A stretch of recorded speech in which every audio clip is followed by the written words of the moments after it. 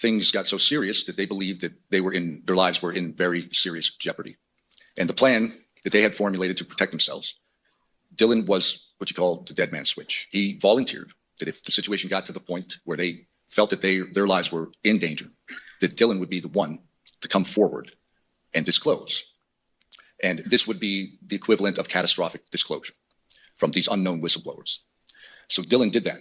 He is the most reluctant whistleblower, I think, probably in history. So Dylan went to Congress with the information. He told Congress what was happening and what they feared was going to happen to their friends and families.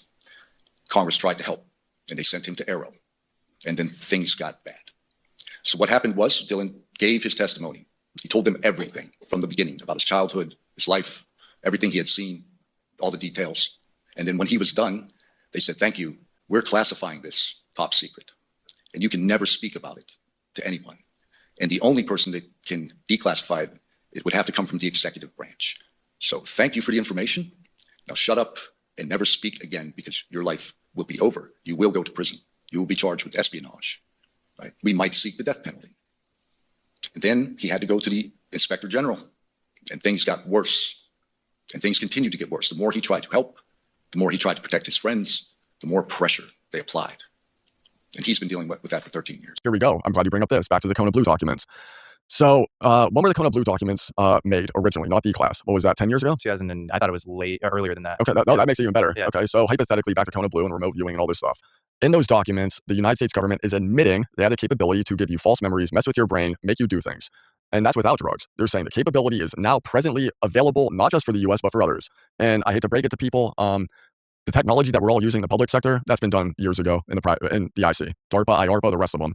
One of the things, again, that I'm trying to figure out is, if you have an experience, and this goes back to discernment and back to consciousness, well, hypothetically, if the CIA is able to manipulate your brain while you're sleeping and play with your brain, how do you know it's the CIA and not an NHI? And oh, by the way, Russia and China are now able to do it. And oh, by the way, this was a private company. How do you go and unpack that?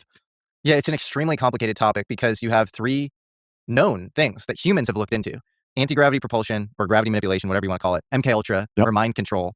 And then the third thing would be directed energy. Yep. And you have all these things, and all these things are really hard to attribute in a terrestrial context. You know, only up until the last couple of years has the intelligence community, people from the CIA and NSA, started to say that Russia and microwave weaponry is responsible for this Havana syndrome and vestibular destabilization that a lot of, diplomats have experienced all over the world. You have a really interesting book called The Controllers by a guy named Martin Cannon. He talks about how MK Ultra was used, or the alien abduction thing was used as a smokescreen for MK Ultra. I believe that. And so I'm sure that, and that doesn't make the abduction thing not true. In fact, it makes it more likely that there is an underlying reality to that, and that's why it's a good smokescreen.